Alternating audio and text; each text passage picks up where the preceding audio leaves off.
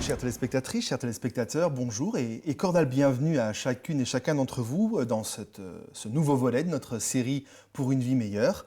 Nous allons continuer notre périple, mais accueillons tout de suite Monsieur Lézot. Bonjour. Bonjour. Je dis périple et peut-être devrais-je dire saga d'Élie que nous avions commencé la dernière fois. Je dis saga parce que nous allons encore étudier d'autres moments de sa vie, n'est-ce pas? Tout à fait, oui, parce que tout ce qu'il a vécu, toutes les expériences par lesquelles il est passé, valent le détour quand même. Parce qu'au niveau de la gestion chrétienne de la vie, on peut en tirer pas mal de leçons pour nous-mêmes. Alors, si on se resitue un petit peu par rapport à ce qu'on a vu la dernière fois, on avait vu que Dieu appelle un illustre inconnu au départ, ce Élie, à se présenter devant un roi tyran. Et bon, on peut dire tyran, puisque la Bible nous précise que c'était le meilleur de tous les pires. Voilà, il avait fait encore moins bien que tous ceux qui l'avaient précédé. Ouais. Et son travail, et en plus d'être un prophète... un oiseau de mauvais augure, j'allais dire, on reparlera d'oiseaux tout à l'heure, un oiseau de mauvais augure qui va venir annoncer une sécheresse qui allait frapper le pays. Et mission accomplie, il va donc annoncer cela au roi, et pour le récompenser, Dieu allait l'envoyer près d'un fleuve. Ou non, c'était un tout petit torrent. Voilà, nommé Kérit. Kérit. Et dont le nom, à l'origine, dans la langue originale, veut dire « qui s'asséchera ». Alors évidemment, c'est un peu la punition, on pourrait dire. Hein. Et un torrent qui va s'assécher alors qu'il vient d'annoncer la sécheresse au roi. Alors on peut se demander à quoi Dieu joue avec lui finalement. Et d'autant que les clins d'œil n'étaient pas finis, puisque sur place, Dieu lui avait prévu... un menu. Ah, oui. Il avait prévu d'envoyer des... Cordons bleus. Oui, cordons bleus, en tout cas corbeaux noirs. Corbeaux noirs. Puisqu'il lui envoie des charognards lui apporter un peu de viande, dont on imagine bien d'où elle pouvait venir, un peu de viande et de pain. Et du pain. Midi et soir. Et oui, Dieu ne lui a pas demandé s'il était végétarien ou pas. Le menu est fixé d'avance. Comme les Israélites dans le désert, d'ailleurs, nourris par de la manne. Mais là, ce n'est pas des corbeaux qui leur apportaient de la nourriture, ce n'était pas des charognards. Lui, il n'a pas tellement le choix. Oui, ce ne devait vraiment pas être le Club Med ou autre service de ce type. Et tout ceci se passe avant l'épisode de la veuve de Sarepta. Alors, c'est ça qui est intéressant, parce que ce sont les 6 premiers versets de ce chapitre 17. Et on nous raconte très succinctement ce que Élie a été amené à faire et où Dieu l'a conduit. On peut quand même rappeler qu'il y a une succession de miracles dans ce petit épisode. Il a eu accès au roi, on ne sait pas comment, et c'est certainement Dieu qui lui a ouvert les portes à cet illustre inconnu qui n'avait pas de lettre de créance. Et ensuite, il va le nourrir en période de sécheresse avec du pain et de la viande qui devaient bien être comestibles puisqu'il les a consommés. Alors, le psaume 50 nous dira plus tard « Car tous les animaux des forêts sont à moi, toutes les bêtes des montagnes par milliers. Je connais tous les oiseaux des montagnes et tout ce qui se met dans les champs m'appartient. » Ça veut donc bien dire que tous ces animaux sont aux ordres de l'Éternel. Et on peut comprendre, pour un croyant, qu'il est ordonné au corbeau d'aller nourrir Élie. Le verset 7, juste après, donc, va nous préciser que tout de go, le torrent fut à sec. Avec un nom pareil, oui. Eh oui, quelle surprise! Et vu qu'il n'y a plus d'eau, Dieu envoie Élie à Sarepta. Alors, bon, on peut quand même se demander pourquoi Dieu a envoyé Élie d'abord à Kérit au lieu de lui demander d'aller directement à Sarepta. À quoi jouait-il? La réponse à cette question est un petit mot de 4 lettres. Test, T-E-S-T. C'est ce à quoi nous sommes tous confrontés dans notre vie. Il y a des situations dans lesquelles nous nous trouvons et que nous ne comprenons pas. Notre première réaction serait de dire « Pourquoi est-ce que ça m'arrive? Qu'est-ce que j'ai fait pour mériter cela? Pourquoi moi, mon Dieu ?» Élie aurait très bien pu avoir ce genre de réaction. N'avait-il pas répondu à l'appel de Dieu, lui qui pensait être le seul fidèle qui restait dans le royaume? Mais rappelez-vous le défi qu'il a lancé à Akab et aux prophètes de Baal qui l'entouraient. il a choisi la pluie et la rosée comme terrain de bataille. Est-ce que c'est Dieu qui a dit à Élie de confronter Akab sur le terrain de Baal? On n'a aucune trace dans la Bible. Non. Parce qu'en fait, c'est Élie qui a choisi Baal, qui était le dieu de la pluie, de la fertilité, le dieu de l'orage, du tonnerre, de la foudre et du vent. C'est lui qui a choisi ce terrain de bataille. En fait, il a voulu faire une démonstration que Dieu est plus fort que Baal. Mais c'est avant tout une démonstration que lui, Élie, avait plus de pouvoir que tous les autres, au service duquel je suis. Sinon, à ma parole, nous dit le texte. Le défi concerne donc moins Dieu que son prophète. Et ce qui est extraordinaire, c'est que Dieu le laisse faire. On pourrait dire que Dieu a donné carte blanche à Élie pour régler le problème. Le problème présent, c'était Akab. Mais c'est dans ces circonstances que Dieu l'envoie à Kérit. Tu te crois fort, Élie? Eh bien, laisse-moi te tester. Et Dieu va le faire à plusieurs niveaux. Premièrement, lui montrer à qui obéissent les oiseaux des champs. En deuxième temps, est-ce que ta foi est suffisamment forte pour dépendre entièrement de moi pour le refuge, la nourriture et la boisson? Et la troisième question, le troisième test en quelque sorte, je vais même donner du temps au temps pour que la farine et l'huile viennent à leur fin dans le pot de la veuve. Trop souvent, en tant que chrétiens, nous pensons, parce que nous sommes passés par les eaux du baptême, nous n'avons plus rien à craindre, que nous sommes protégés de tout problème, que rien ne peut nous arriver car Dieu va nous protéger. Il est vrai que la Bible mentionne ce genre de protection qui sont des bénédictions, mais de cela à s'attendre que Dieu va obligatoirement intervenir dans notre vie pour nous éviter tous les petits bobos, c'est dans un premier temps de la présomption et ensuite cela ne serait pas pour notre bien. Je suis navré, mais je n'ai pas trouvé dans la Bible de textes qui disent que nous n'aurons jamais de problème. Au contraire, je me rappelle de pas mal de références où les fidèles ont dû passer par toutes sortes d'épreuves. Le plus célèbre d'entre eux était Job.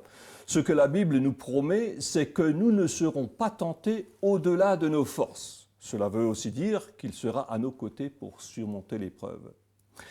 Et si nous ne passions pas par ce genre d'épreuve, de quelle façon nos caractères seraient-ils faits, endurcis, si ce n'est qu'être confrontés aux réalités de ce monde pour être prêts pour un monde meilleur? Rappelons-nous ce que l'Écriture nous dit. Tout concourt au bien de ceux qui aiment Dieu.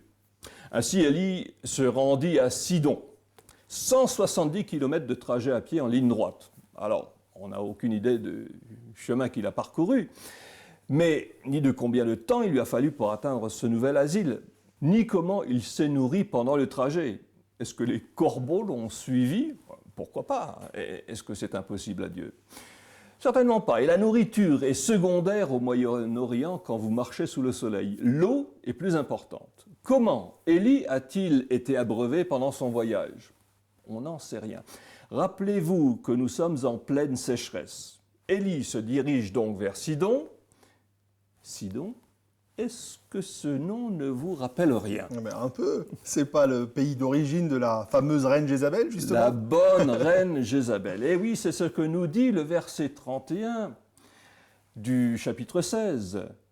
Jézabel venait de Sidon, dont son père était le roi. Il avait même pour nom Ethbaal. Son nom lui-même était issu du nom du Dieu qu'ils adoraient. Alors, ne trouvez-vous pas cela étrange que Dieu envoie Élie dans un pays païen? Et exactement d'où vient la personne qui a fait de son mieux pour éradiquer son nom dans le royaume? Il me semble que c'est un clin d'œil que Dieu fait à Élie et à nous en même temps. Il veut nous montrer que même dans ce pays de païens, ce pays qui s'est complètement consacré au culte de Baal, il y a au moins une personne qui va reconnaître en lui le Dieu créateur de toutes choses. C'est un peu l'humour que Dieu utilise de temps en temps pour nous montrer qui tient vraiment les manettes de contrôle des éléments et de l'histoire de ce monde. Akab n'avait pas écouté les conseils de Dieu en ce qui concerne le choix d'un époux ou d'une épouse. N'allez pas chez les païens pour trouver un conjoint, Dieu avait-il dit. Non, mais le roi était au-dessus de ses conseils. Il était assez grand pour choisir une femme, non? Et puis, Il devait également y avoir un peu de politique là-dessous pour s'allier les faveurs d'un roi voisin. Il était très courant d'épouser sa fille pour sécuriser ses frontières. Mais Dieu avait donné ses conseils pour éviter qu'il soit influencé par des cultes païens. C'est pourtant exactement ce qui va se passer avec Akab. Jézabel était tellement influente que c'était elle qui dirigeait le pays. Si vous n'êtes pas convaincu, relisez le premier livre des rois, chapitre 18 au verset 4. C'est elle qui avait décidé de persécuter les prophètes de Dieu et voulait les mettre à mort. De qui Élie avait-il peur quand il s'enfuit dans le désert plus tard? De Jézabel, pas de Akab. Et cette pauvre femme de Sidon allait démontrer qu'au moins une personne dans ce pays de païens qui allait croire au Dieu puissant. Après son voyage d'au moins une semaine, 170 km au moins. Oui, et puis alors, pas de chaussures de sport, des routes ou des chemins qui sont ce qu'ils sont, quand il y en a. Il devait être passablement assoiffé. Ouais. Et ce qui explique que la première chose qu'il demande à cette femme qui se présente, c'est de boire. Alors, il a dû être reconnu immédiatement pour ce qu'il est, un étranger. Mais cette femme ne s'offusque pas de la demande, car dans ces pays, offrir de l'eau est la moindre des choses que l'on puisse faire même à un étranger.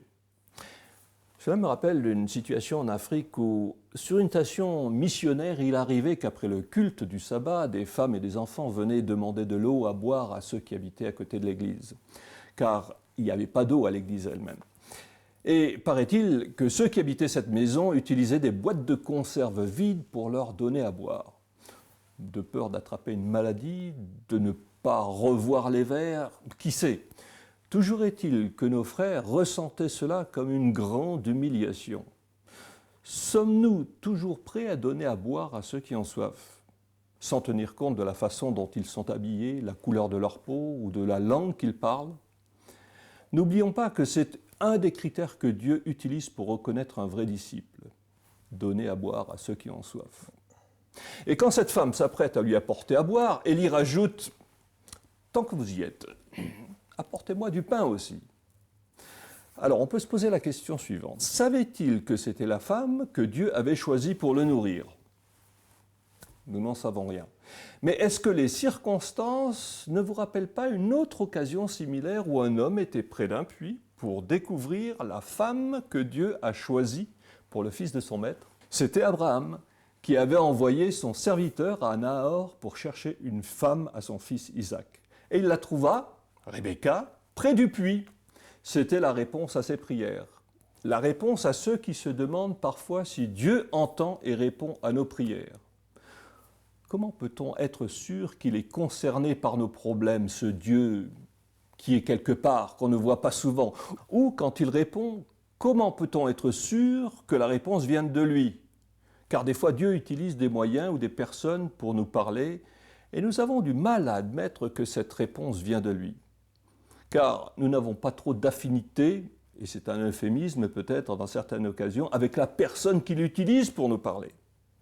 Quand nous sommes à l'écoute de Dieu et obéissons à ses commandements, non seulement Dieu est à l'écoute, mais il pourvoit à tous nos besoins avant que ceux-ci ne soient exprimés. Il prépare notre chemin afin que tout ce que nous faisons le soit à sa gloire et non pas à la nôtre. En entendant la demande d'Élie, cette femme, veuve, au bord de la famine, est obligée de réagir à cette demande présomptueuse.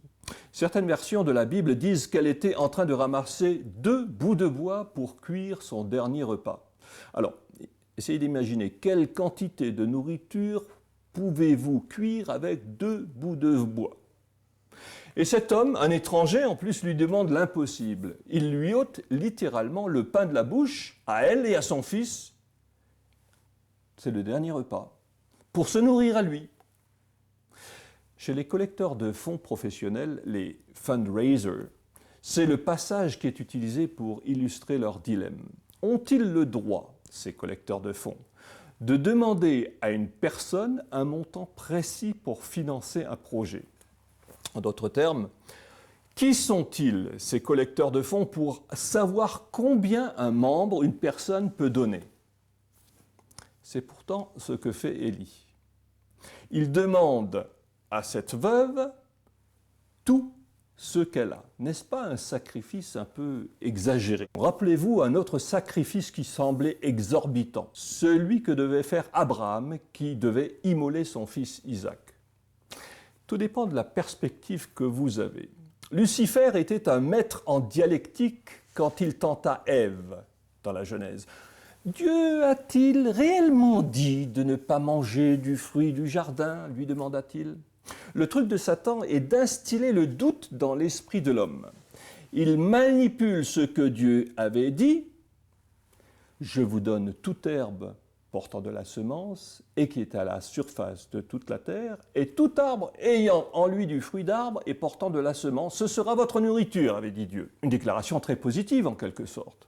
Mais lui, il va le tourner en négatif, alors que même le Dieu créateur avait décrété, après chaque étape de sa création, que tout était bon, à part un arbre.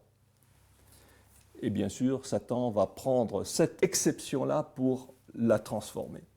Car c'est le travail de Satan de transformer ce qui est bon en mauvais. C'est pour cette raison que bien souvent nous considérons les 10 paroles, les commandements comme nous les appelons, comme étant négatifs, restrictifs, alors même qu'ils ont été donnés pour notre bonheur. Il en est de même avec notre religion, car pour être un bon adventiste, il faut faire ceci, faire cela, ne pas faire ceci, ne pas faire cela, etc. Les listes des choses à faire et des interdits, nous les connaissons. Et nous sommes assez forts pour cela.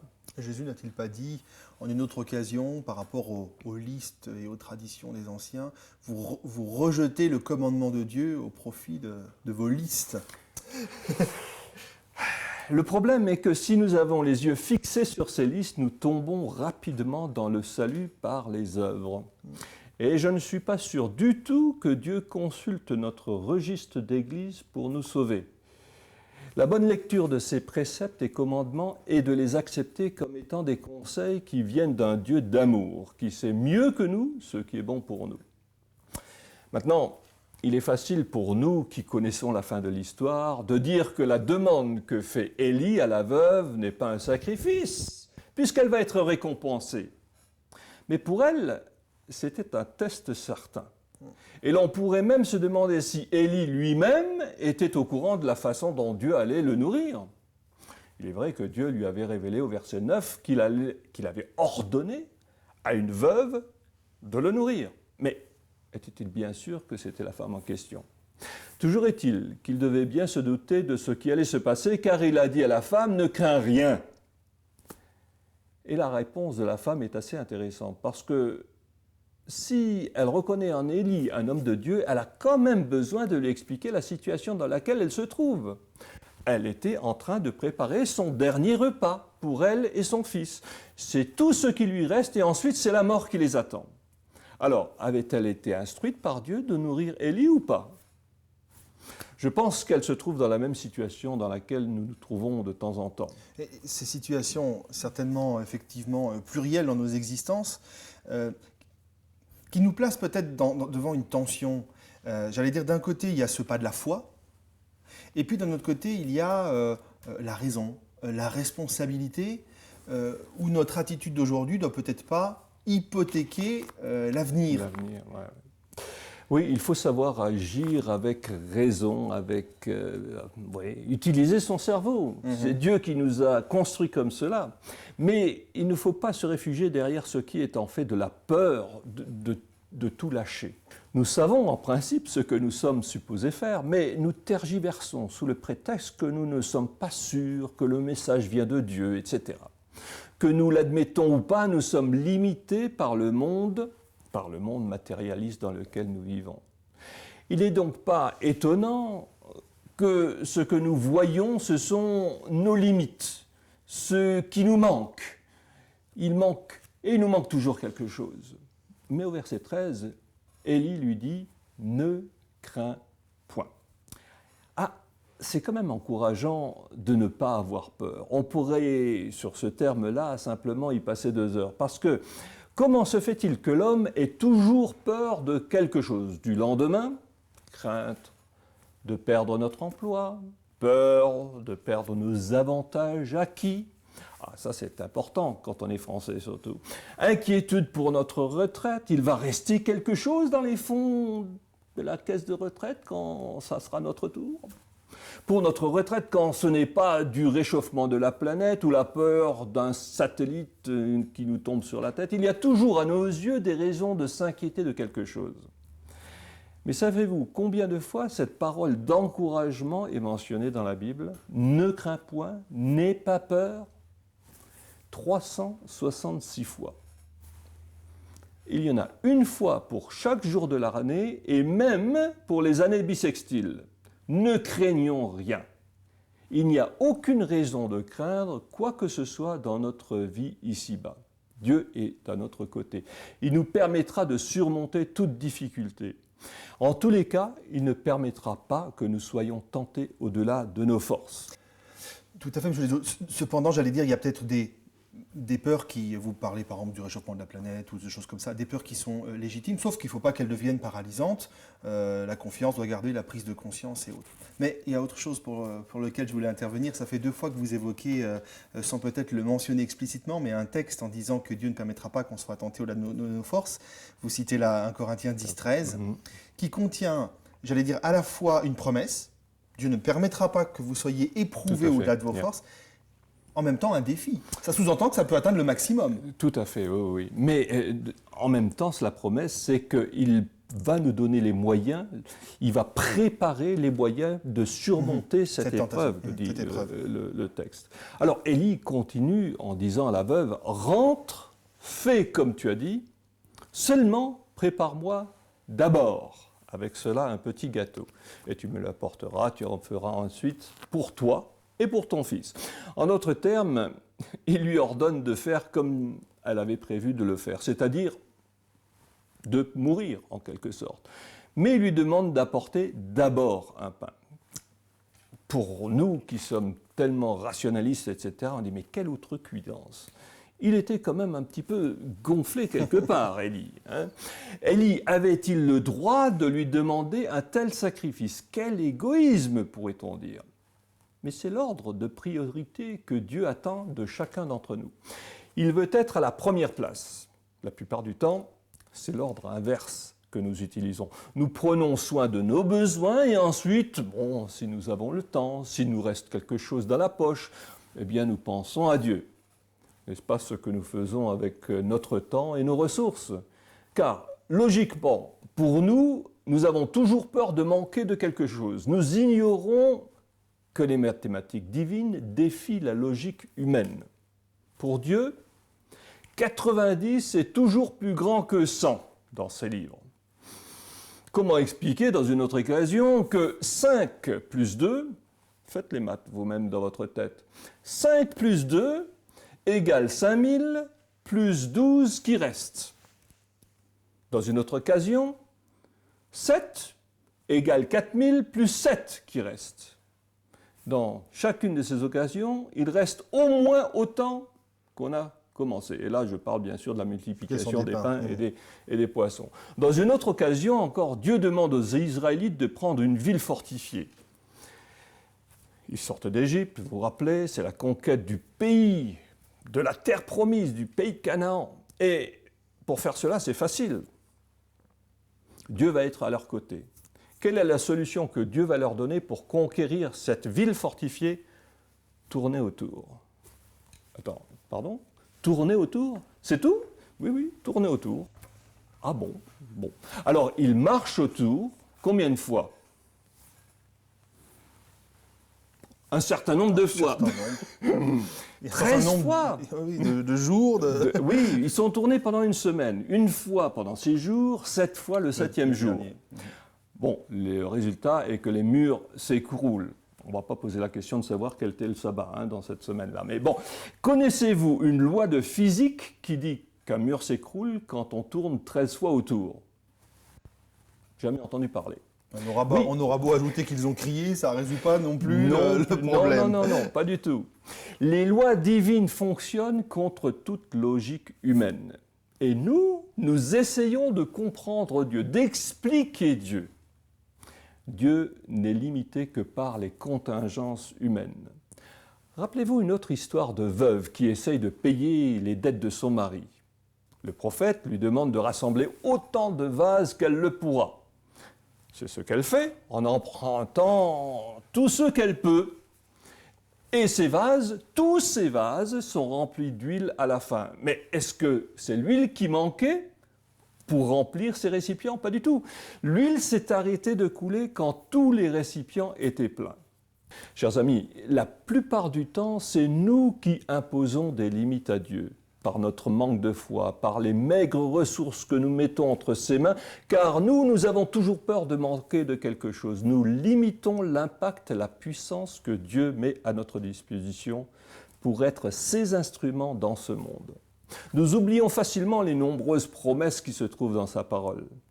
Mon Dieu pourvoira à tous vos besoins selon sa richesse, nous dit la Bible. La veuve va répondre avec une foi qui nous manque bien des fois. Elle va obéir à ce que l'homme de Dieu lui demande de faire. La foi, c'est bien, mais elle doit se transformer en action. Il est vrai que l'Évangile nous dit « Demandez et l'on vous donnera ». Ou encore « Tout ce que vous demanderez avec foi par la prière, vous le recevrez ». Mais il y a toujours quelque chose à faire pour être béni, ne serait-ce que demander dans la prière. Et la veuve de Sarepta semble connaître l'ordre de priorité divin que l'on trouve dans Malachie. Dieu en premier, et ensuite vous verrez s'il n'ouvre pas les écluses des cieux. Et le résultat est immédiat. Le résultat dans ce cas-là, c'est que pendant plusieurs années, plus de 3 ans, l'huile et la farine se renouvellent miraculeusement dans les cruches. Et peut-être pour le formuler différemment, selon le diagnostic qu'elle établissait, finalement c'est le maintien de la vie qui a été possible, puisqu'elle annonçait sa mort à venir. La bénédiction, c'est le maintien de la vie. C'est le maintien de la vie, exactement. Alors, on peut voir dans ce miracle quelque chose d'autre, parce que nous, qui sommes tellement matérialistes, on va se dire, oh, purée, manger pendant 3 ans la même chose, matin, midi, soir, c'est quand même un petit peu dur, non?